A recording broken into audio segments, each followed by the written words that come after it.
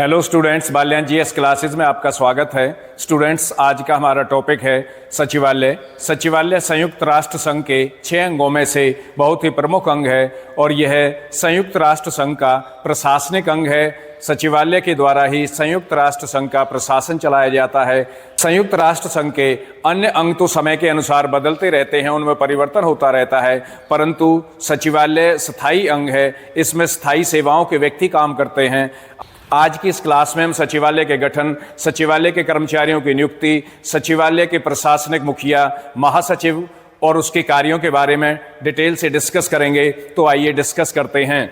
सचिवालय को इंग्लिश में सेक्रेटरिएट कहते हैं। क्या कहते हैं? सेक्रेटरिएट। और सचिवालय का संगठन, तो सबसे पहले तो मैं आपको बता देना चाहता हूं कि सचिवालय का उल्लेख चार्टर, संयुक्त राष्ट्र संघ के चार्टर के अध्याय किस अध्याय में किया गया है? चार्टर के अध्याय 15 में सचिवालय का उल्लेख किया गया है। और किन अनुच्छेदों के बीच में? चार्टर के अनुच्छेद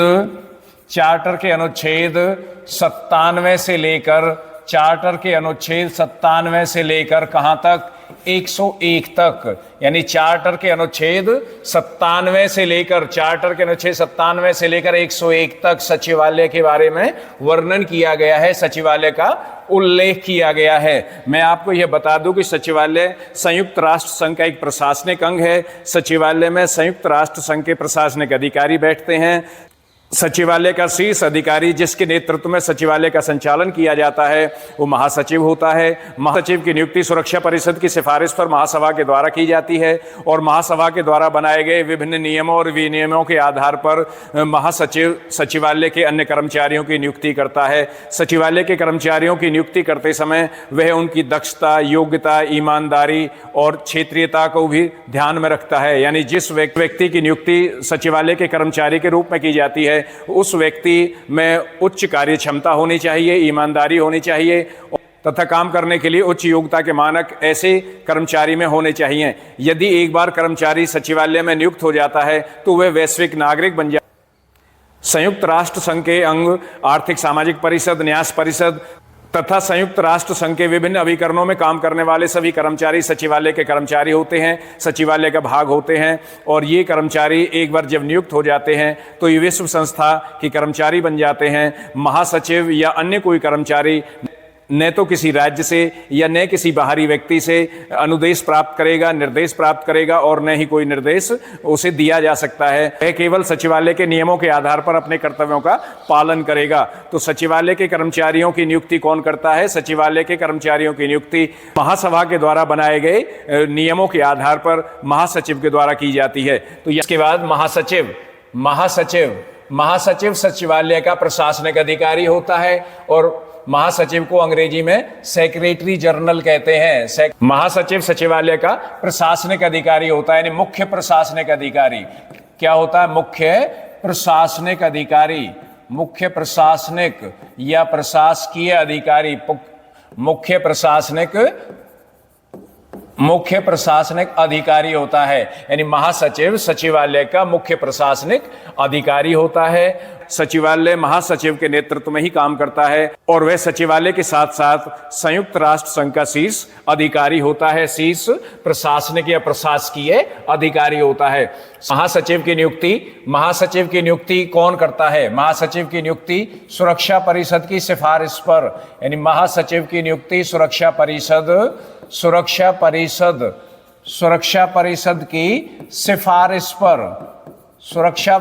की सिफारिश पर महासचिव की नियुक्ति कैसे होती है? सुरक्षा परिषद की सिफारिश पर किसके द्वारा होती है? महासभा के द्वारा होती है। महासभा के द्वारा, यानी महासचिव की नियुक्ति सुरक्षा परिषद की सिफारिश पर महासभा के द्वारा की जाती है। और इसकी नियुक्ति का उल्लेख चार्टर के किस अनुच्छेद में दिया गया है?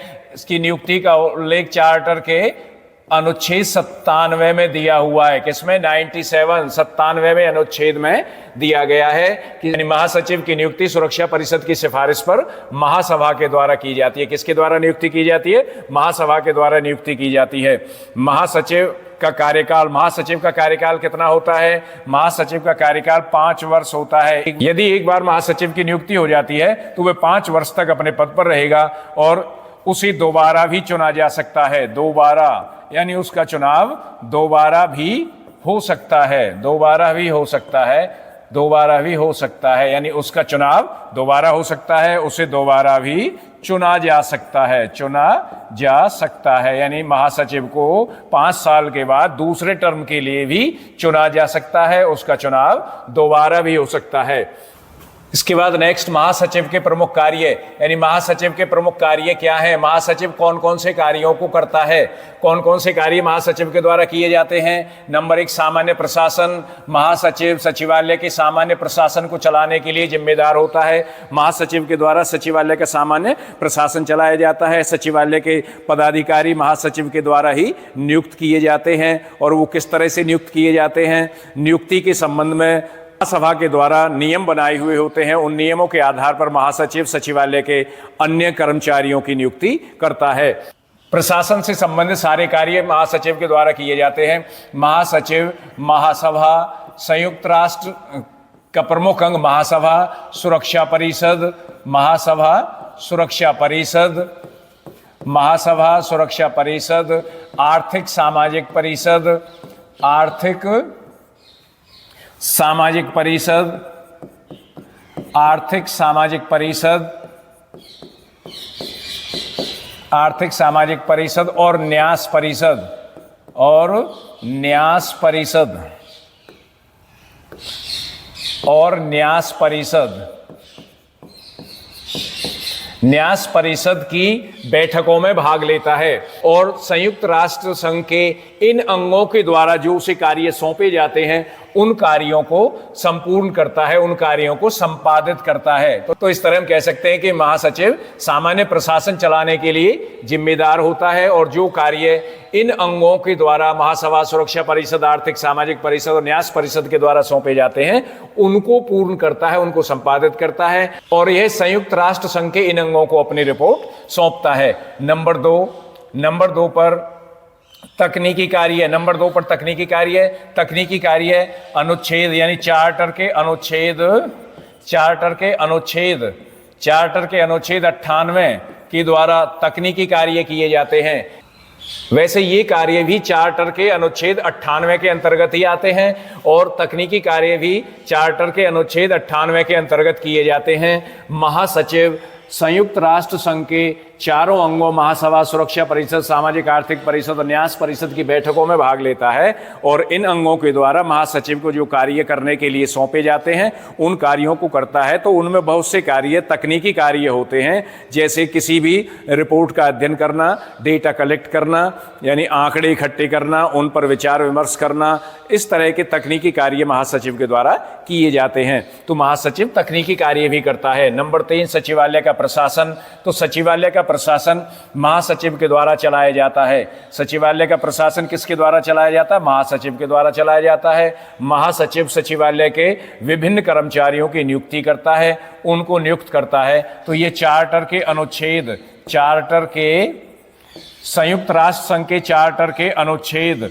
किस अनुच्छेद में ये बात दी हुई है? अनुच्छेद 101 में ये उल्लेख किया गया है, यानी अनुच्छेद 101 में ये बताया गया है कि संयुक्त राष्ट्र संघ का महासचिव या सचिवालय का महासचिव सचिवालय के अन्य अधिकारियों की या अन्य कर्मचारियों की नियुक्ति करता है। तो वह अनुच्छेद 101 के अंतर्गत करता है। सचिवालय के प्रशासन को चलाने की जिम्मेदारी किसकी होती है? महासचिव की होती है। नंबर 4 वित्तीय कार्य, यानी वित्तीय कार्य भी महासचिव को ही करने होते हैं। महासचिव सचिवालय से संबंधित या यूं कहें कि संयुक्त राष्ट्र संघ से संबंधित विभिन्न प्रकार के वित्तीय कार्यों को करता है। वित्तीय कार्यों में बजट, यानी बजट पर पूर्ण तरह से नियंत्रण, यानी बजट पर किसका नियंत्रण होता है? महासचिव का नियंत्रण होता है। बजट सुचारू रूप से खर्च हो रहा है या नहीं खर्च हो रहा है, बजट को महासभा में महासचिव के द्वारा ही पेश किया जाता है। इसके बाद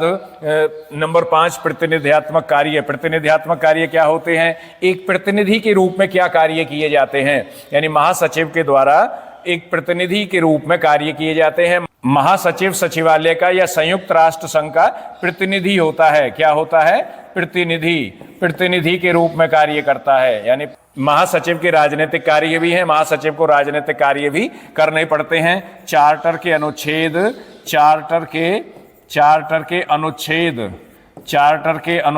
99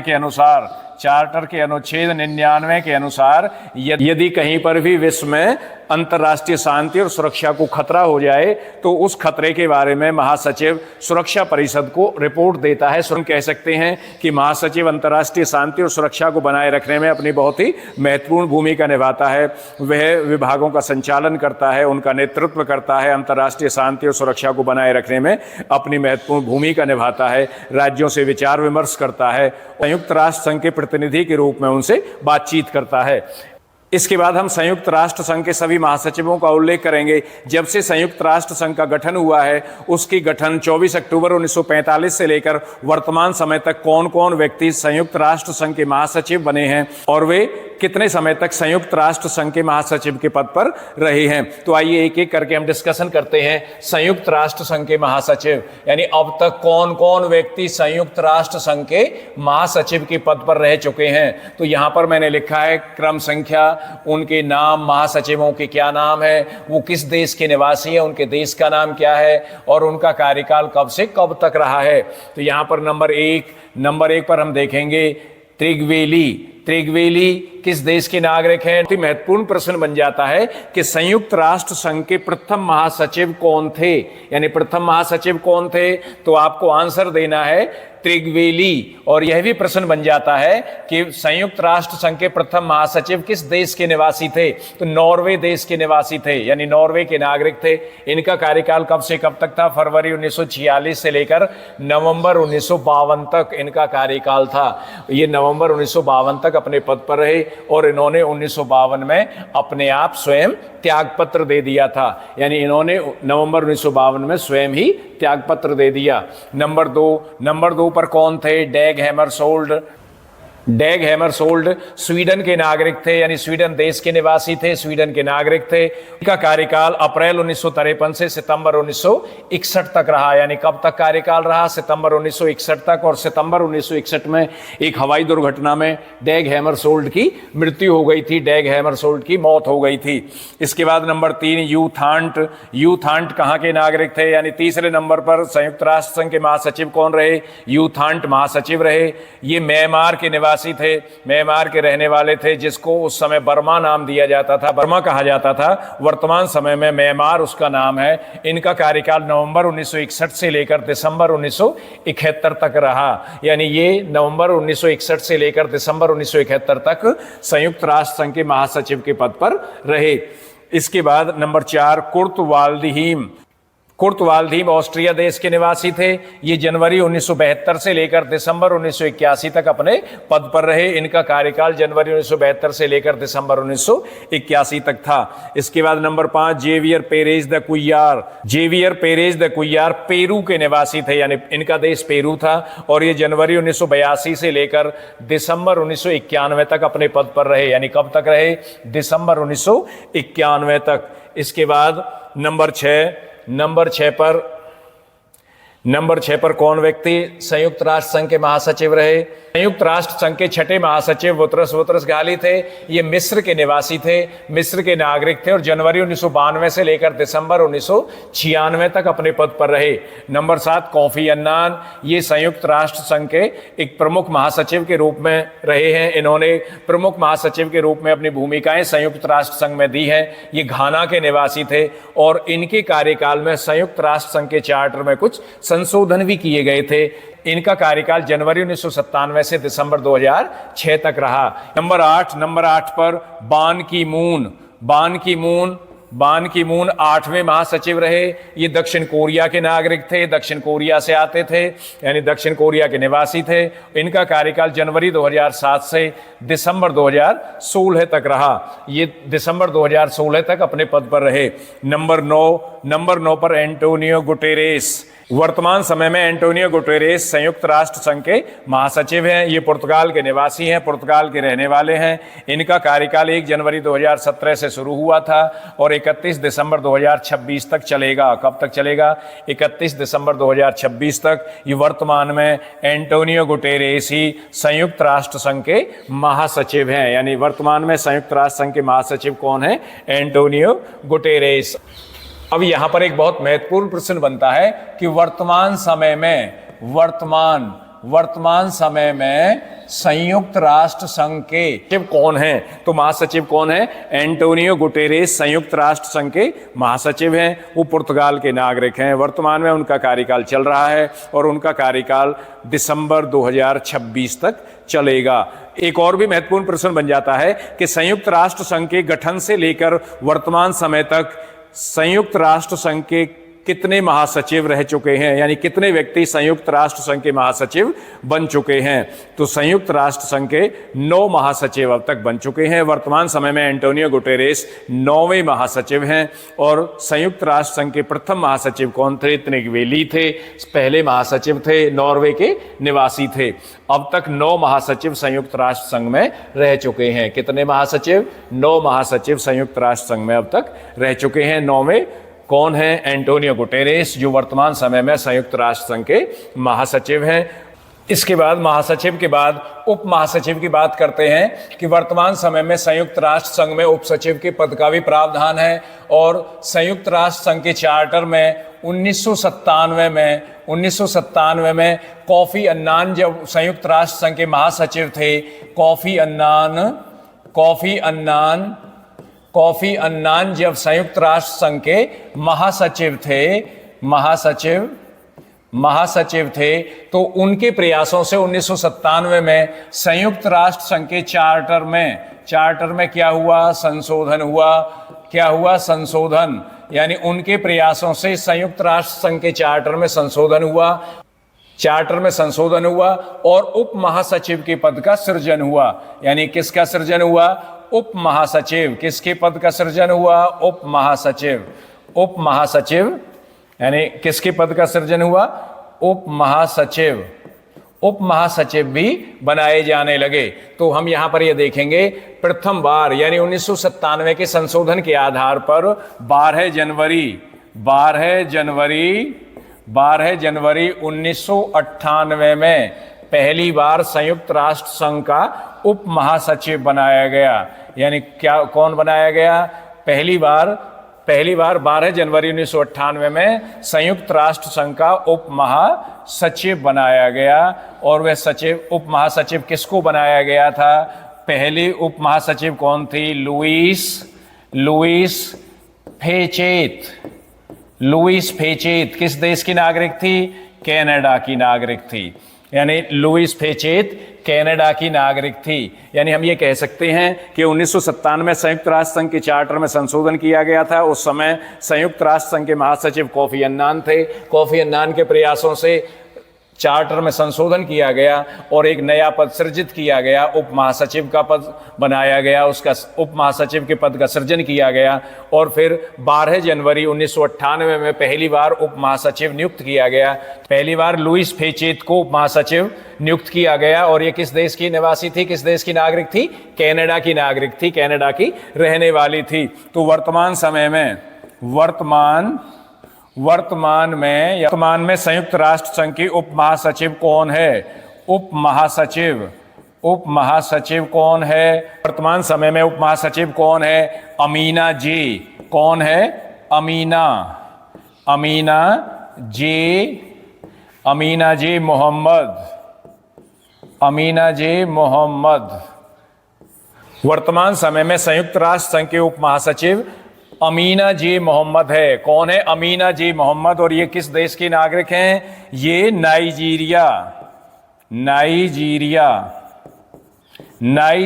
की नागरिक हैं। तो मैं आपको यह भी बता देना चाहता हूं कि संयुक्त राष्ट्र संघ के उप महासचिव की नियुक्ति कौन करता है, यानी इनकी नियुक्ति कौन करता है? तो इनकी नियुक्ति, उप महासचिव की नियुक्ति कौन करता है? किसके द्वारा की जाती है? महासचिव के द्वारा। यानी संयुक्त राष्ट्र संघ के उप महासचिव की नियुक्ति कौन करता है? महासचिव करता है। महासचिव के द्वारा इनकी नियुक्ति की जाती है और महासचिव किस आधार पर करता है? चार्टर के अनुच्छेद, संयुक्त राष्ट्र संघ के चार्टर के अनुच्छेद 101 के द्वारा, 101 के अंतर्गत, यानी चार्टर के अनुच्छेद 101 के अंतर्गत महासचिव उप महासचिव की नियुक्ति करता है और इसके साथ साथ वह सचिवालय के अन्य सभी कर्मचारियों की नियुक्ति भी करता है। वह नियुक्ति किस आधार पर की जाती है? कि महासभा द्वारा बनाए गए नियमों के आधार पर। यानी किस आधार पर? महासभा के द्वारा, यानी किस आधार पर करता है? महासभा के द्वारा